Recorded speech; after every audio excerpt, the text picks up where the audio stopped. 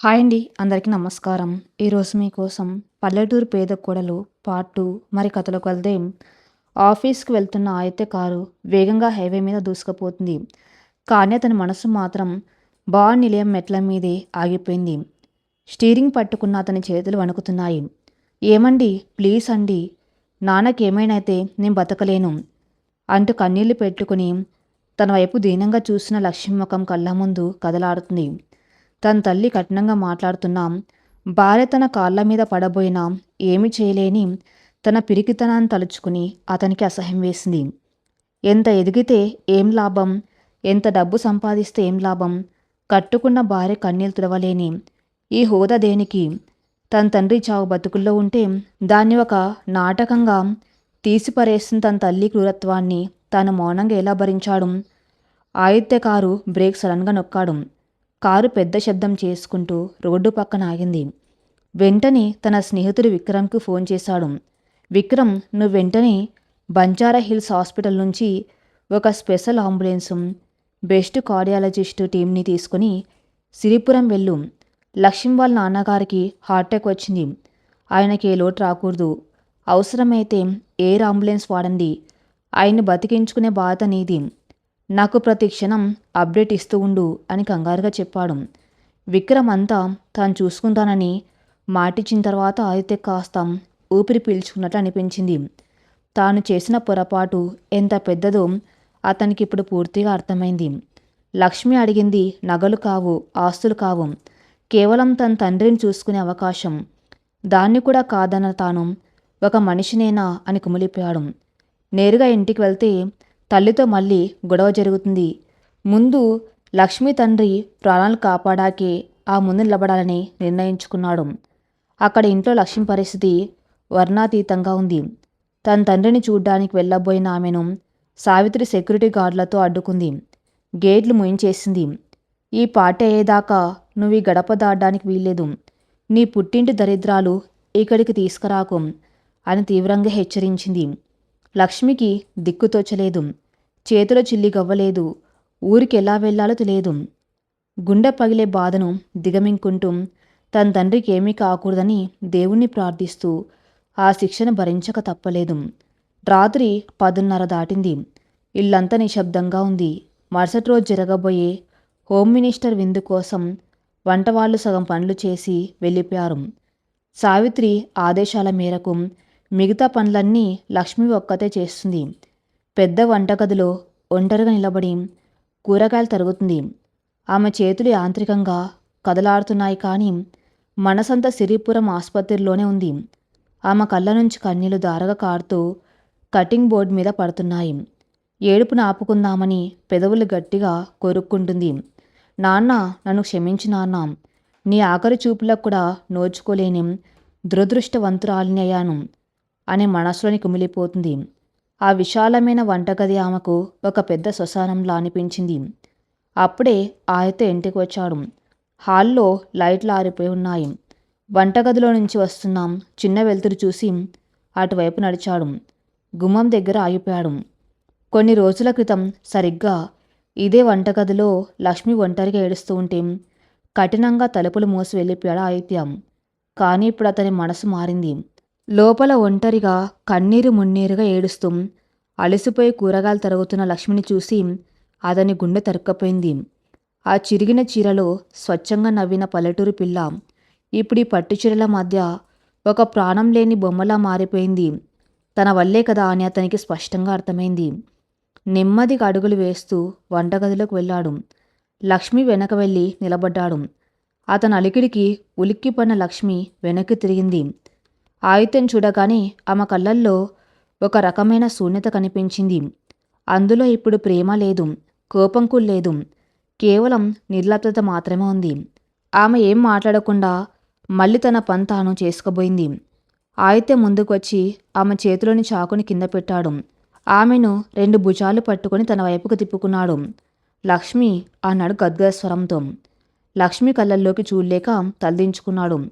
మొదటిసారిగా తన భార్య ముందు తన అహంకారాన్ని వదిలేసి మోకాళ్ళ మీద కూర్చున్నాడు.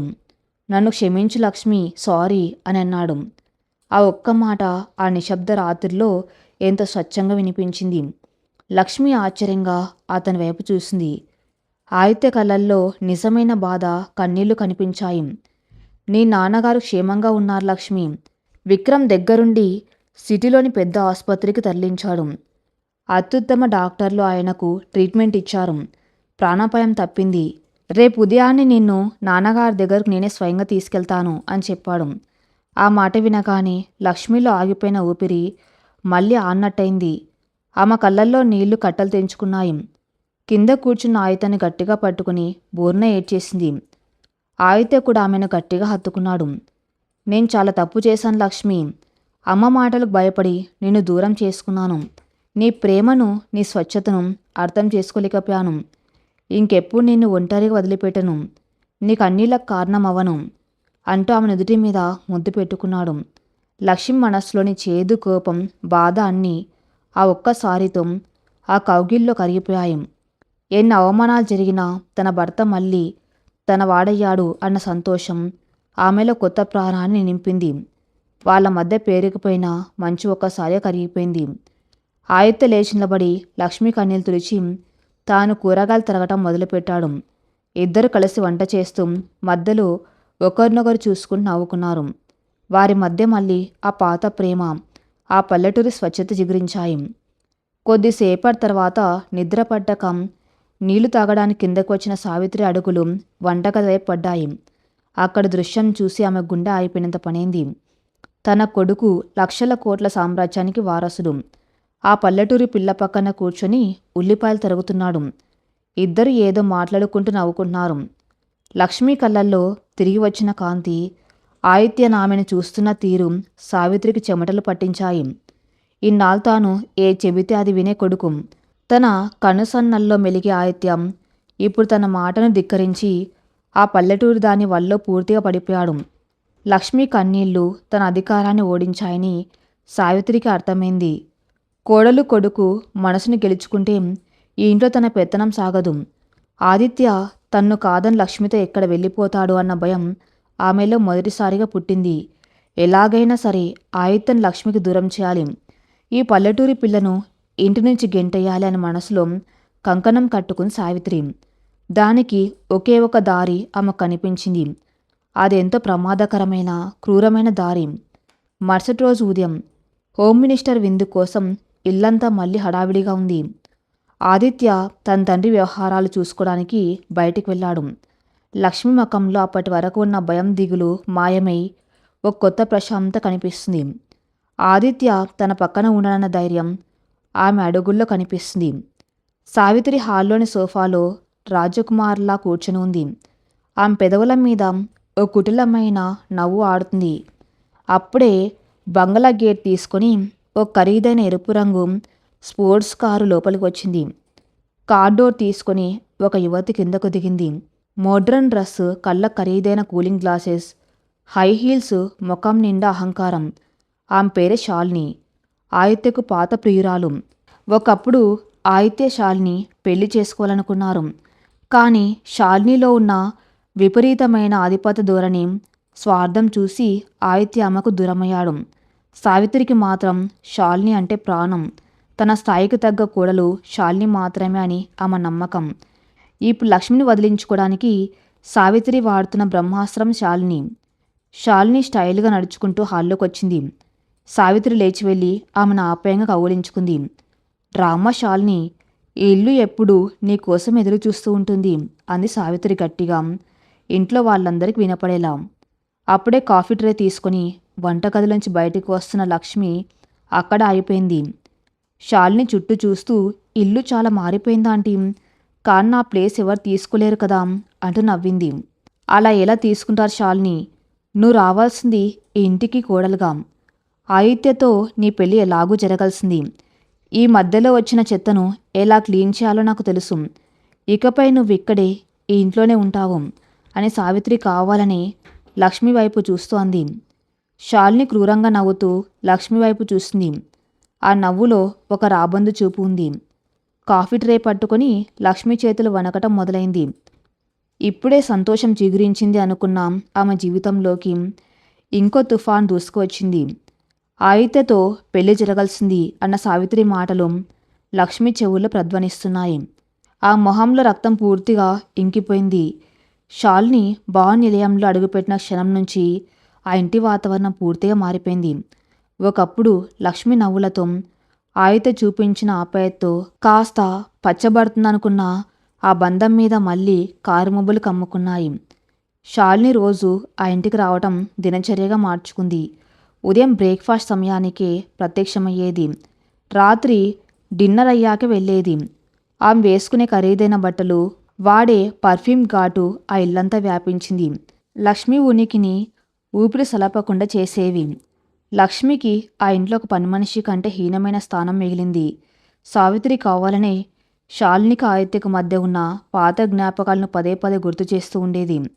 ఆదిత్య, నీకు గుర్తుందా, మీరు పారిస్ వెళ్ళినప్పుడు శాలిని నీకిచ్చిన వాచ్ ఇదిగో, నేను భద్రంగా దాచాను అంటూ పాత ఫోటోలు, బహుమతులు బయటకు తీసేది. లక్ష్మి చేతిలో టీకప్ పట్టుకొని అక్కడే నిలబడి ఇదంతా మౌనంగా భరిస్తూ ఉండేది. శాలిని కూడా ఏమాత్రం మొహమాటం లేకుండా ఆదిత్య మీద వాలిపోతూ మాట్లాడేది. ఆది, నీ టేస్ట్ ఎంత దారుణంగా పడిపోయిందో ఈ ఇంటి వాతావరణం చూస్తేనే తెలుస్తుంది. నువ్వు ఇలాంటి ఒక పల్లెటూరు వాతావరణంలో ఎలా ఇరుక్కపోయావు అని లక్ష్మి వినేలాగే అనేసి పగలబడి నవ్వేది. లక్ష్మి మనస్సు ముక్కలవుతున్నా ఆదిత్య ఏమనకుండా కేవలం ఒక చిన్న నవ్వు నవ్వి ఊరుకునేవాడు. ఆ మౌనం లక్ష్మిని కత్తుల్లా పొడిచేది. ఇప్పుడే కదా నా భర్త నన్ను అర్థం చేసుకున్నాడు, మళ్ళీ మౌనం ఎందుకు అని ఆ మనసు రోధించేది. సావిత్రి తన వ్యూహాన్ని మరింత పదును పెట్టింది. ఆదిత్య ఆఫీస్ నుంచి రాగానే వాణ్ణి తన గదిలోకి పిలిపించుకొని నెమ్మదిగా విషబీజాలు నాటడం మొదలుపెట్టింది. చూడు ఆదిత్య, వ్యాపారంలో ఎదగాలంటే పక్కన ఉండే భార్య కూడా మనకు తగ్గట్టు ఉండాలి. నిన్న బోర్డు మీటింగ్ తర్వాత కొందరు డైరెక్టర్లు మన ఇంటికి వచ్చారు. వాళ్ళకి ఇంగ్లీష్లో కనీసం మంచిగా పలకరించడం కూడా నీ భార్యకు రాదు. ఆమె ఒక పల్లెటూరు పిల్ల, ఆమె తప్పు కాదు, కానీ ఆమె నీకు సరైంది కాదు అని చాలా సానుభూతి నటిస్తూ చెప్పేది. ఆదిత్య మనసు వ్యాపారం ఎదుగుదల చుట్టూ తిరిగేది. తల్లి మాటల్లోని కుట్రను అతను పసిగట్టలేకపోయాడు. అవునమ్మా, లక్ష్మి చాలా అమాయకురాలు, కానీ మన కల్చర్కు సెట్ అవ్వడం లేదు అని సగం ఒప్పుకున్నాడు. అదే నేను అంటున్నాను, రేపొద్దున్న నువ్వు ఇంటర్నేషనల్ డెలిగేట్స్తో పార్టీలు చేయాలి. అప్పుడు ఈ లక్ష్మిని పక్కన పెట్టుకుంటే నీ మీద వాళ్లకు ఏ ఇంప్రెషన్ ఉంటుంది? అదే శాలిని చూడు, ఎంత స్మార్ట్గా, ఎంత హుందాగా ఉంటుందో. పైగా మా తండ్రికి ఉన్న పొలిటికల్ బ్యాక్గ్రౌండ్ మన బిజినెస్కి ఎంత ప్లస్ అవుతుందో ఆలోచించు. ఏదో ఒక క్షణంలో తీసుకున్న తప్పు నిర్ణయానికి జీవితాంతం బలి కావద్దు నాన్న అని సావిత్రి ఆదిత్య బుర్రలో లక్ష్మి పట్ల ఒక రకమైన ఏవగింపును సృష్టించింది. సావిత్రి మాటలు నెమ్మదిగా ఆదిత్య మనసుపై ప్రభావం చూపించాయి. లక్ష్మి అమాయకత్వం అతనికి ఇప్పుడు తెలివి తక్కువతనంగా కనిపించడం మొదలైంది. ఆమె కట్టుకునే చీరలు అతనికి నాటుగా అనిపించసాగాయి. మళ్ళీ లక్ష్మికి దూరం అవటం మొదలుపెట్టాడు. రాత్రి గదిలోకి రావటం మానేసి స్టడీ రూమ్లో పడుకోవటం ప్రారంభించాడు. లక్ష్మి ప్రేమగా వండిపెట్టిన ఆహారాన్ని కాదని శాలినితో కలిసి బయట రెస్టారెంట్కి వెళ్ళటం మొదలుపెట్టాడు. లక్ష్మి ఎప్పుడైనా మాట్లాడడానికి ప్రయత్నిస్తే, నాకు చాలా వర్క్ ఉంది లక్ష్మి, నన్ను డిస్టర్బ్ చేయకు అని విసుక్కొని వెళ్ళిపోయేవాడు. ఒకరోజు సాయంత్రం బాగా వర్షం పడుతుంది. లక్ష్మి గది కిటికీ దగ్గర నిలబడి వర్షాన్ని చూస్తుంది. ఆమె కళ్ళల్లో నీళ్లు వర్షపు దారల్లా కారుతున్నాయి. తన తండ్రి ఆసుపత్రి నుంచి డిశ్చార్జ్ అయ్యి ఇంటికి వెళ్ళాడు అన్న వార్త మాత్రమే ఆమె కాస్త ఊరటనిచ్చింది. కానీ ఇక్కడ తన బతుకు ఒక ప్రశ్నార్థకంగా మారింది. అప్పుడే కింది నుంచి పెద్దగా నవ్వులు వినిపించాయి. కిందికి వెళ్ళి చూస్తే హాల్లో ఆదిత్య, శాలిని కలిసి ఒకే సోఫాలో కూర్చొని టీవీ చూస్తూ నవ్వుకున్నారు. ఆదిత్య చేతిని శాలిని పట్టుకుని ఉంది. వారిద్దరి మధ్య ఉన్న సాన్నిహిత్యం చూసి లక్ష్మి గుండె పగిలిపోయింది. ఆదిత్య కళ్ళల్లో శాలిని పట్ల ఉన్న ఆసక్తి, సంతోషం ఆమెకు స్పష్టంగా కనిపించాయి. అంతే, లక్ష్మిలో ఉన్న ఓపిక పూర్తిగా నశించింది. ఇక ఈ నకిలీ బంధంలో నేను ఉండలేను. నా ప్రేమకి ఇక్కడ స్థానం లేదు. నా ఆత్మాభిమానానికి ఇక్కడ విలువ లేదు. ఇలా ప్రతిరోజు చనిపోవటం కంటే నా పుట్టింటికి వెళ్ళి గౌరవంగా నాతో పాటు కష్టపడి బతుకుతాను అని దృఢంగా నిర్ణయించుకుంది. నెమ్మదిగా పైకి వెళ్ళి తన గదిలోకి అడుగుపెట్టింది. ఒక చిన్న సూట్ కేసు తీసింది. అందులో సావిత్రి కొనించిన పట్టుచీరలు, ఆయితే కొనించిన నగలు ఏవి ఆమె ముట్టుకోలేదు. తన పుట్టింటి నుంచి తెచ్చుకున్న 2 పాత చీరలు, తన తండ్రి కొనిచ్చిన చిన్న గాజులు, తన పసుపు కుంకుమలు మాత్రమే సర్దుకుంది. మెల్ల ఉన్న మంగళసూత్రాన్ని ఒకసారి చేతిలోకి తీసుకొని చూసుకుంది. దానిమీద రాలిన ఒక కన్నీటి చుక్కను తుడిచేసి దాన్ని అలాగే ఉంచుకుంది. ఈ బంధం దేవుడు కల్పించింది. దేన్ని నేను తెంచలేను, కానీ ఇంట్లో మాత్రం నా అడుగు పడదు అని అనుకుంది. సూట్ కేసు పట్టుకుని గత్తలుపులు తీసుకుని బయటకు అడుగుపెట్టింది. రాత్రి 11 గంటలు కావస్తుంది. శాలిని ఎప్పుడో వెళ్ళిపోయింది.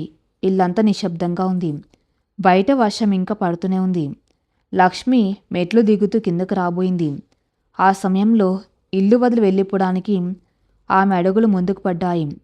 సరిగ్గా అప్పుడే సావిత్రి గదిలో నుంచి ఒక పెద్ద అరుపు వినిపించింది.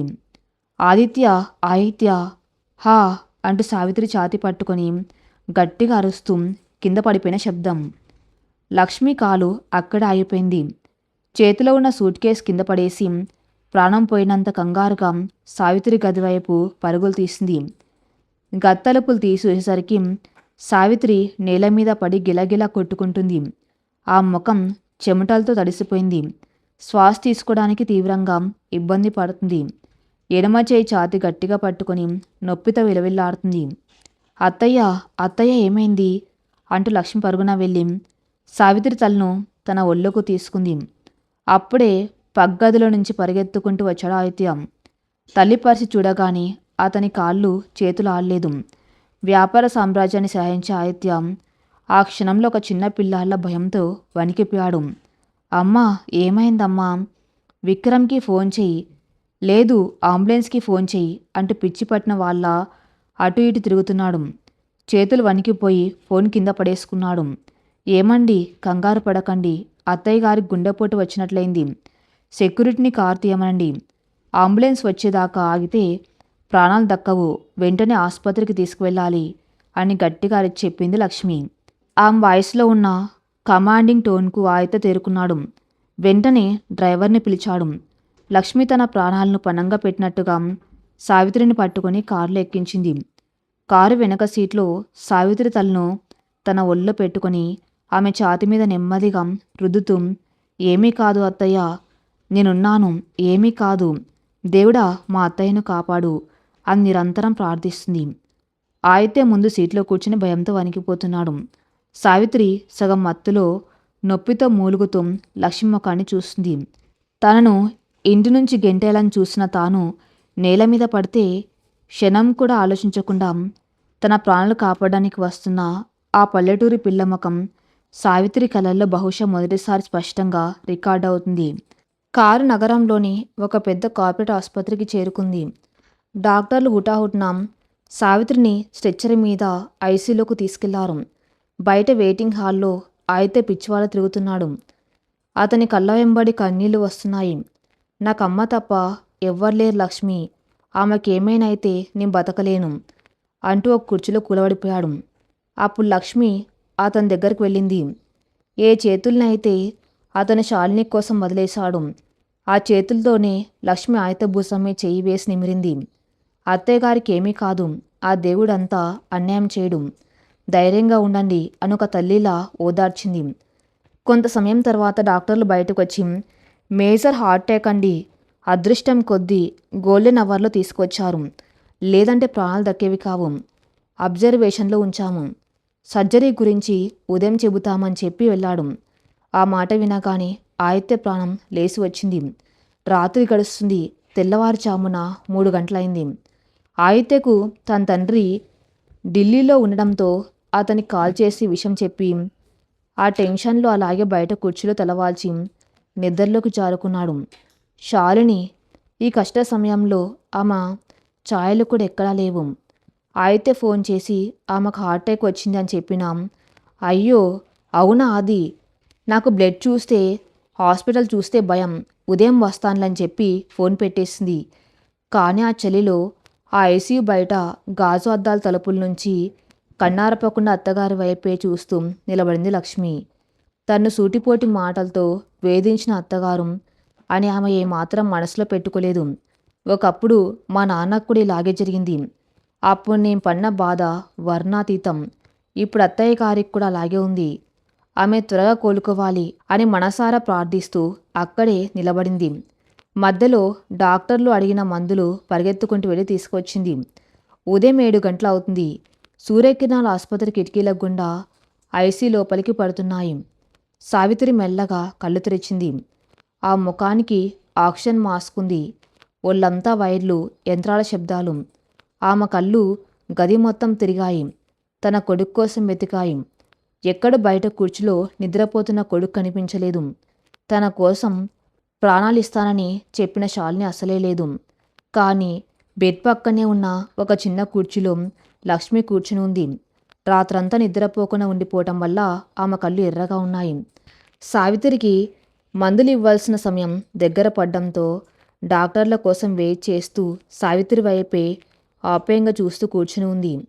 సావిత్రి కళ్ళు లక్ష్మిని చూడగానే ఒక్క క్షణం ఆగిపోయాయి.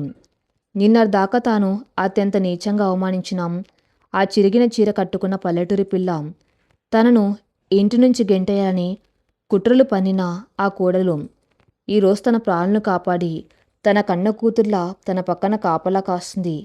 తన హోదా, తన డబ్బు, తన పాత పరిచయాలు ఏవి ఈ రాత్రి తన ప్రాణాలు కాపాడలేదు. కేవలం ఆ పల్లెటూరి పిల్లకు ఉన్న మానవత్వం తను బతికించింది. సావిత్రి మనసులో పెద్ద సునామీ రేగుతుంది. తను ఎంత పెద్ద తప్పు చేసిందో ఆమెకు అర్థమైంది. లక్ష్మి స్వచ్ఛత ముందు తన అహంకారం బూడిదైపోయింది. ఆమె గుండెల్లో ఒక పశ్చాత్తాపం కట్టలు తెంచుకుంది. లక్ష్మిని పలకరించాలని, తన తప్పును క్షమించమని అడగాలనిపించింది. సావిత్రి తన వణుకుతున్న ఎడమ చేతిని నెమ్మదిగా పైకి లేపింది. బెడ్ మీద ఉన్న లక్ష్మి చేయి పట్టుకోవాలని ఆమె ఆరాటపడింది. కానీ ఇన్నేళ్లుగా ఆమె శాసించిన ఆ గర్వం, ఆ కోటీశ్వరాలి అహంకారం ఒక క్షణం ఆమెను వెనక్కి లాగాయి. ఒక పల్లెటూరి పిల్లకు నేను తల వంచడమా అన్న ఆలోచన ఆమెను క్షణకాలం ఆపింది. ఆమె గాల్లోనే ఆగిపోయింది. బయట ఉన్న ఆదిత్య అప్పుడే నిద్ర లేచి ఐసీయూ అద్దాల కిటికీలోంచి లోపలికి చూశాడు. లోపల జరుగుతున్న దృశ్యం చూసి అతని అడుగులు అక్కడే ఆగిపోయాయి. సావిత్రి మనసులో జరుగుతున్న సంఘర్షణ అతనికి స్పష్టంగా అర్థమవుతుంది. తల్లి అహంకారం గెలుస్తుందా, లేక తన భార్య ప్రేమ గెలుస్తుందా? గాల్లో ఆగిన సావిత్రి చెయ్యి ఒక క్షణం వణికింది. ఆమె కళ్ళల్లోంచి 2 కన్నీటి బొట్లు చెంపల మీదకు జారాయి. అహంకారం ఓడిపోయింది, ప్రేమ గెలిచింది. నెమ్మదిగా తన చేతిని ముందుకు తీసుకెళ్లి లక్ష్మి చేతిని గట్టిగా పట్టుకుని సావిత్రి. తన అత్తగారు మొదటిసారిగా తన్ను ఒక మనిషిలా సృజించటంతో లక్ష్మి ఉలిక్కిపడి సావిత్రి వైపు చూసింది. సావిత్రి కళ్ళల్లో ఇప్పుడు నిప్పు లేదు. ఉన్నదల్లా కల్మషం లేని కన్నీటి దారలు, అపారమైన కృతజ్ఞత. ఆసుపత్రిలోని ఐసీలో ఆ రోజు ఉదయం పగిలిన సావిత్రి అహంకారం ఆ ఇంటి వాతావరణాన్ని పూర్తిగా మార్చేసింది. వారం రోజుల తర్వాత సావిత్రి ఆసుపత్రి నుంచి డిశ్చార్జ్ అయి ఇంటికి వచ్చింది. ఆ ముఖంలో ఒకప్పటి ఆ రాజసం, గర్వం లేవు. మృత్యు అంచుదాకా వెళ్ళి వచ్చిన ఆమెకు ఆ బంగళా, ఆ సిరి సంపదలన్నీ ఎంత నిస్సహారమైనవో అర్థమైంది. ఇంటికి వచ్చినప్పటి నుంచి సావిత్రి ఎక్కువగా మాట్లాడడం లేదు. మౌనంగా తన గదిలో పడుకొని కిటికీ బయట ఆకాశం వైపు చూస్తూ గంటల తరబడి ఆలోచిస్తుంది. లక్ష్మి మాత్రం ఏమీ జరగనట్టుగానే తన బాధ్యతలను నిర్వర్తిస్తుంది. ఉదయాన్నే లేచి అత్తగారికి మందులు ఇవ్వటం, ఆమెకిష్టమైన పండ్లు, సూప్ తీసుకువెళ్ళి తన చేతులతో తినిపించడం చేస్తుంది. సావిత్రి లక్ష్మి వైపు చూసినప్పుడల్లా ఆమె కళ్ళల్లో అపరాధ భావం, పశ్చాత్తాపం స్పష్టంగా కనిపిస్తున్నాయి. కానీ ఇన్నాళ్ళు భవానీదేవిగా చెలాయించిన అధికారం వల్ల వెంటనే పెదవిప్పి నన్ను క్షమించు తల్లి అని అడగలేకపోతుంది. ఆదిత్యకిప్పుడు తన భార్య విలువ పూర్తిగా అర్థమైంది. శాలిని మాయలో పడి తన ఎంతటి మాణిక్యాన్ని దూరం చేసుకున్నాడో తలుచుకొని రోజు కుమిలిపోతున్నాడు. ఆఫీస్కి వెళ్లే ముందు, వచ్చిన తర్వాత లక్ష్మి చుట్టూనే తిరుగుతున్నాడు. కానీ లక్ష్మి అతని పట్ల ఒక మర్యాదపూర్వకమైన దూరాన్ని పాటిస్తుంది. మీరు క్షమాపణ అడిగారు, నేను క్షమించాను. కానీ పగిలిన నమ్మకం మళ్ళీ అతుక్కోవడానికి సమయం పడుతుంది అని ఆ మౌనం చెబుతుంది. ఒకరోజు ఉదయం ఆదిత్య తన తల్లి గదిలోకి వెళ్ళాడు. సావిత్రి మంచం మీద కూర్చుని పాత ఫోటో ఆల్బమ్ చూస్తుంది. అమ్మా ఎలా ఉంది ఇప్పుడు? డాక్టర్ గారు ఇచ్చిన కొత్త మందులు వేసుకున్నావా అంటూ పక్కన కూర్చున్నాడు ఆదిత్య. సావిత్రి చిన్నగా తల ఊపి వేసుకున్నాను నాన్న. ఆదిత్య ఆ కబోర్డు పైన ఒక పాత చెక్క పెట్టె ఉంటుంది. అందులో నా పాత మెడికల్ రిపోర్ట్స్, మీ నాన్నగారి పాత డైరీలు ఉన్నాయి. ఆ పెట్టె కాస్త కిందకు దించుతావా అని అడిగింది. ఆదిత్య స్టూల్ వేసుకొని ఆ కబోర్డు పైనున్న దుంపట్టిన పాత చెక్క పెట్టెను కిందకు దించాడు. అది చాలా బరువుగా ఉంది. దాన్ని తీసుకువచ్చి టేబుల్ మీద పెట్టాడు. నేను ఆఫీస్కి వెళ్ళాలమ్మా, నువ్వు చూసుకుంటావా అని అడిగాడు. లేదు నాన్న, ఆ రిపోర్ట్స్ ఎక్కడ ఉన్నాయో నాకు సరిగ్గా గుర్తులేదు. నువ్వే కాస్త వెతికిపెట్టు అంది సావిత్రి. ఆదిత్య ఆ పెట్టెను తెరిచాడు. అందులో పాత ఫైళ్ళు, కొన్ని ఆల్బమ్లు, కొన్ని నగలు ఉన్నాయి. రిపోర్ట్స్ కోసం వెతుకుతూ ఉండగా అడుగున ఒక పాత గుడ్డాల్లో చుట్టి ఉన్న ఒక కట్ట కనిపించింది. దాన్ని బయటకు తీశాడు. అదొక పాత ఉత్తరాల కట్ట. పసుపు రంగులోకి మారిపోయిన కాగితాలు. వాటి మీద కాలక్రమేణా చెరిగిపోతున్న సిరా అక్షరాలు. ఆ దస్తూరి తన తల్లిదే అని ఆదిత్యకు ఎట్టే అర్థమైంది. అమ్మ, ఇవేంటి పాత ఉత్తరాలు అని అడిగాడు ఆదిత్య. ఆ మాట వినగానే సావిత్రి ఉలిక్కిపడింది. ఆ ముఖంలో ఒక్కసారిగా భయం, కంగారు కనిపించాయి. అవి ఏం లేదు నాన్న, పక్కన పెట్టేయి, నువ్వు ఆఫీస్కి వెళ్ళు అంటూ కంగారుగా వాటిని లాక్కోవడానికి ప్రయత్నించింది. కానీ ఆమె నీరసంగా ఉండడం వల్ల ఆదిత్య చేతిలోంచి వాటిని తీసుకోలేకపోయింది. తల్లి కంగారు చూసి ఆదిత్యకు అనుమానం వచ్చింది. ఇందులో ఏముందమ్మా అంటూ అందులోంచి ఒక ఉత్తరాన్ని తెరిచి చదవటం మొదలుపెట్టాడు. ఉత్తరం చదువుతున్న కొద్దీ ఆదిత్య ముఖంలో ఆశ్చర్యం, బాధ, దిగ్భ్రాంతి ఒకేసారి ముప్పిరిగొన్నాయి. ఆ ఉత్తరాలు సావిత్రి 30 ఏళ్ల క్రితం తన తండ్రికి రాసినవి. నాన్న అని మొదలైన ఆ ఉత్తరంలో ఇలా ఉంది: నేనిక్కడ ఈ పెద్ద బంగ్లాలో బతకలేకపోతున్నాను నాన్న. నా కట్టుకున్న పాత చీరను చూసి అత్తయ్యగారు బంధువులు రోజు గేలి చేస్తున్నారు. నేను ఒక పేద రైతు కూతున్నని, వాళ్ళ హోదాకు నేను సరిపోనని అడుగడుగునా అవమానిస్తున్నారు. డైనింగ్ టేబుల్ దగ్గర నాకు తినడం రాదని, నా యాస పల్లెటూరుదని నౌకర్ల ముందే నన్ను ఎత్తిపొడుస్తున్నారు. ఆయన బిజినెస్ పనుల్లో ఉండి ఇవేం పట్టించుకోవడం లేదు. నాన్న నా మీద జాలి చూపే నాదుడే లేడిక్కడ. రోజు రాత్రి వంటగది మూలన కూర్చుని ఏడుస్తున్నాను. నన్ను ఇక్కడి నుంచి తీసుకెళ్ళిపో నాన్న, నేను ఈ అవమానాలు భరించలేను. మరో ఉత్తరం: నాన్న, ఈరోజు ఇంట్లో ఒక పెద్ద పార్టీ జరిగింది. నన్ను కిందకు రావద్దని అత్తయ్య గారు ఆర్డర్ వేశారు. నా పల్లెటూరు అవతారం చూసి వాళ్ళ పరువు పోతుందట. నాకెంత బాధగా ఉందో తెలుసా? ఒక కోడలిగా నా స్థానం ఇక్కడ బానిస కంటే హీనంగా ఉంది. కానీ నేను ఏడవను నాన్న, ఇక ముందు ఏడవను. వాళ్లకు నా కన్నీళ్లు కనపడవు. ఈ పల్లెటూరు సావిత్రి ఇక చనిపోయింది. నా ఎదిగే కొడుకు ఆదిత్య కోసం, ఇంటి మీద నా ఆధిపత్యం కోసం నా మనసును రాయిలా మార్చుకుంటాను. నేను కూడా వాళ్ళలాగే కఠినంగా మారుతాను. ఇకపై నన్ను నేను భవానీదేవిగా మార్చుకుంటాను. ఆదిత్య చేతులు వణికాయి. ఆ కాగితాల మీద కన్నీటి మరకలు ఇంకా అలాగే ఉన్నాయి. తన తల్లి ఈరోజు లక్షల కోట్ల సామ్రాజ్యానికి మహారాణిలా వెలుగుతున్న భవానీదేవి ఒకప్పుడు అచ్చం లక్ష్మిలాగే ఒక పేద ఇంటి నుంచి వచ్చి అత్తింట్లో నరకం అనుభవించిందాం. లక్ష్మి పడుతున్న బాధను తన తల్లి 30 ఏళ్ల క్రితమే పడిందాం. ఆదిత్యకిప్పుడు అన్నీ అర్థమవుతున్నాయి. సావిత్రి లక్ష్మిని చూసి ఎందుకు అంతలా అసహించుకుందో అతనికి ఇప్పుడు స్పష్టంగా తెలిసింది. ఆమె లక్ష్మిని చూసి ద్వేషించింది కాదు, భయపడింది. లక్ష్మి చిరిగిన చీరలో, ఆమె అమాయకత్వంలో సావిత్రి తన గతాన్ని, తన యవ్వనాన్ని చూసుకుంది. ఒకప్పుడు తాను పడిన అవమానాలు, కన్నీళ్లు మళ్ళీ లక్ష్మీ రూపంలో తన కళ్ళ ముందు రావటం ఆమె సహించలేకపోయింది. తాను ఎంతో కష్టపడి కప్పుకున్న కఠినమైన కోటీశ్వరాలి ముసుగు ఎక్కడ తొలగిపోతుందో అన్న అభద్రత భావంతోనే లక్ష్మిని అంత క్రూరంగా అణగదొక్కాలని చూసింది.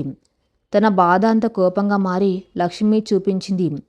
అమ్మా అన్నాడు ఆదిత్య కళ్ళలో నీళ్లతో. సావిత్రి 2 చేతులతో ముఖం కప్పుకొని వెక్కి వెక్కి ఏడవటం మొదలుపెట్టింది. అవునరా ఆదిత్య, నేను ఒక రాక్షసిని. లక్ష్మిని చూసినప్పుడల్లా నా పాత బతుకు గుర్తొచ్చేది, నా పేదరికం గుర్తొచ్చేది, నేనెంత వీక్గా ఉండేదాన్నో గుర్తొచ్చేది. ఆ భయంతోనే ఆ పిల్లను నా పాత అత్తగారిలాగానే రాచి రంపాన పెట్టాను. కానీ నాకంటే ఆ పిల్ల చాలా బలవంతురాల్రా. ఎంత అవమానించినా తనలోని స్వచ్ఛతను, ప్రేమను చంపుకోలేదు. పైగా నా ప్రాణాలు నిలబెట్టింది. నేను ఆమె కాలిగోటికి కూడా సరిపోనురా అంటూ ఏడ్చేసింది సావిత్రి.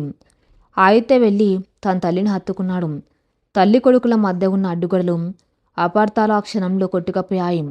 అమ్మ, మనం లక్ష్మికి ఎంతో అన్యాయం చేశాం. కానీ ఆమె తన ప్రేమతో మనల్ని మార్చేసింది. ఇకపై మన జీవితం లక్ష్మి కోసమే అన్నాడు ఆదిత్య. కానీ వారికి తెలియదు, ఆ ఉత్తరాల గురించి వింటున్న మూడో వ్యక్తి గది బయట ఉందని. సావిత్రి ఆసుపత్రి నుంచి వచ్చాక శాలిని ఆటలు ఆ ఇంట్లో సాగటం లేదు. ఆదిత్య ఆమెను పూర్తిగా అవాయిడ్ చేస్తున్నాడు. సావిత్రి కనీసం మొహం కూడా చూడడం లేదు. తన ప్లాన్ ఫెయిల్ అవుతుందని, లక్ష్మి మళ్ళీ ఆ ఇంటిని ఏలబోతుందని శాలినికి అర్థమైపోయింది.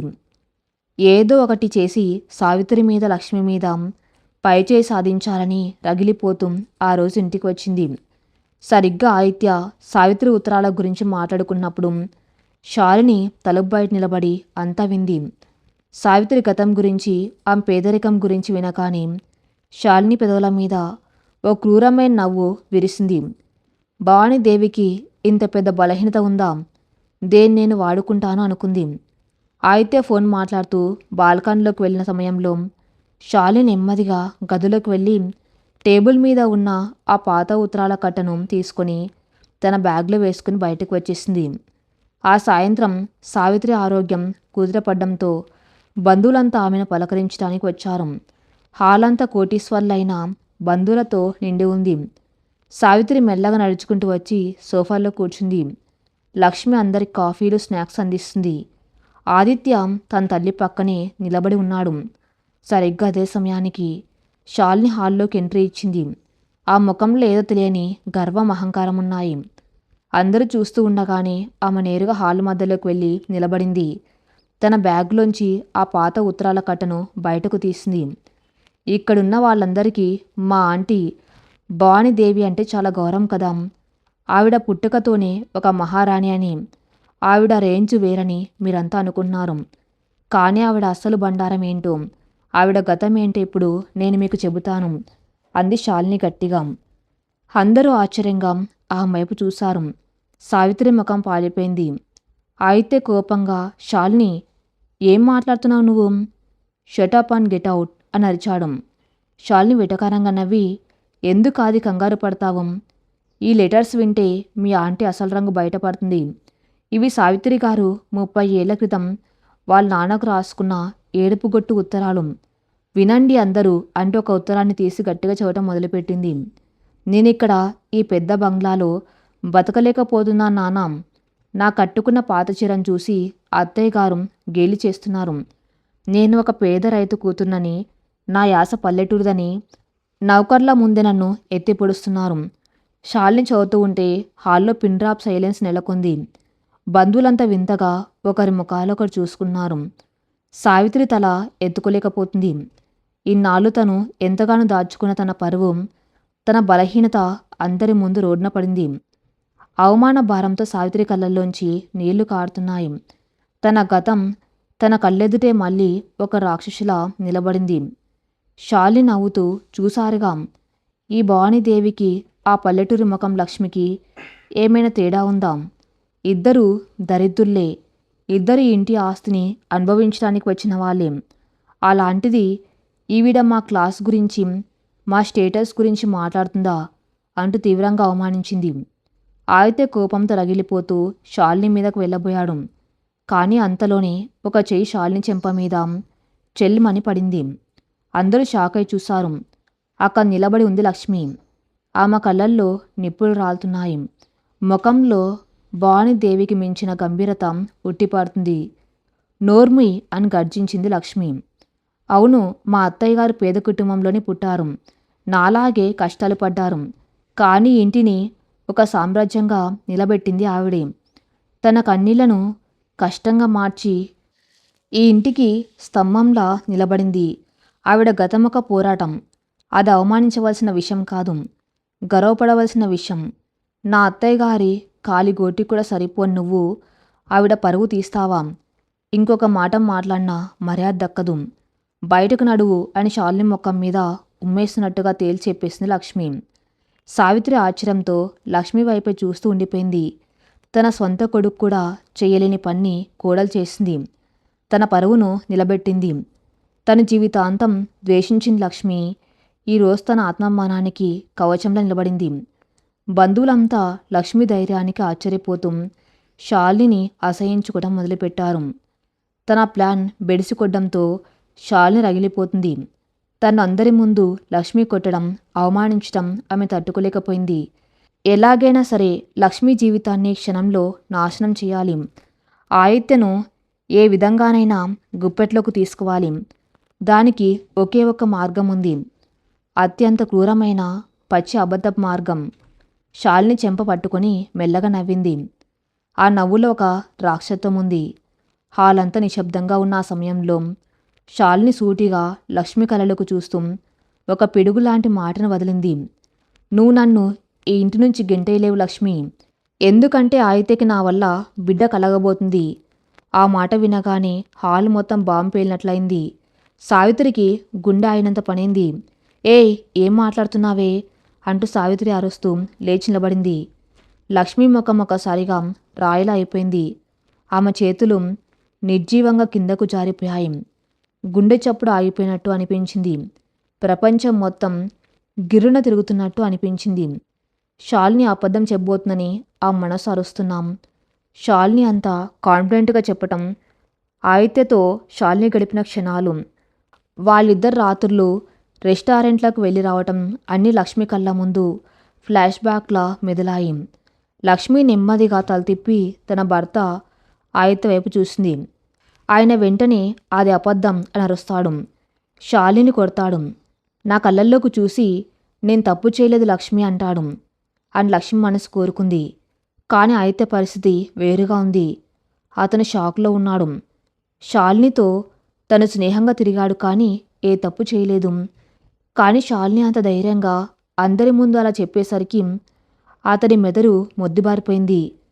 ఆ కంగారులో, ఆ భయంలో అతను చేసిన అతి పెద్ద తప్పు ఏంటంటే ఆయిత్య 2 అడుగులు శాలిని వైపు వేసి కంగారుగా భయంగా, శాలిని ఇది నిజమా అని అడిగాడు. ఆ ఒక్క మాట, ఆయిత్య నోటి నుంచి వచ్చిన ఆ ప్రశ్న లక్ష్మి జీవితాన్ని అగ్నిపర్వతంలోకి నెట్టేసింది.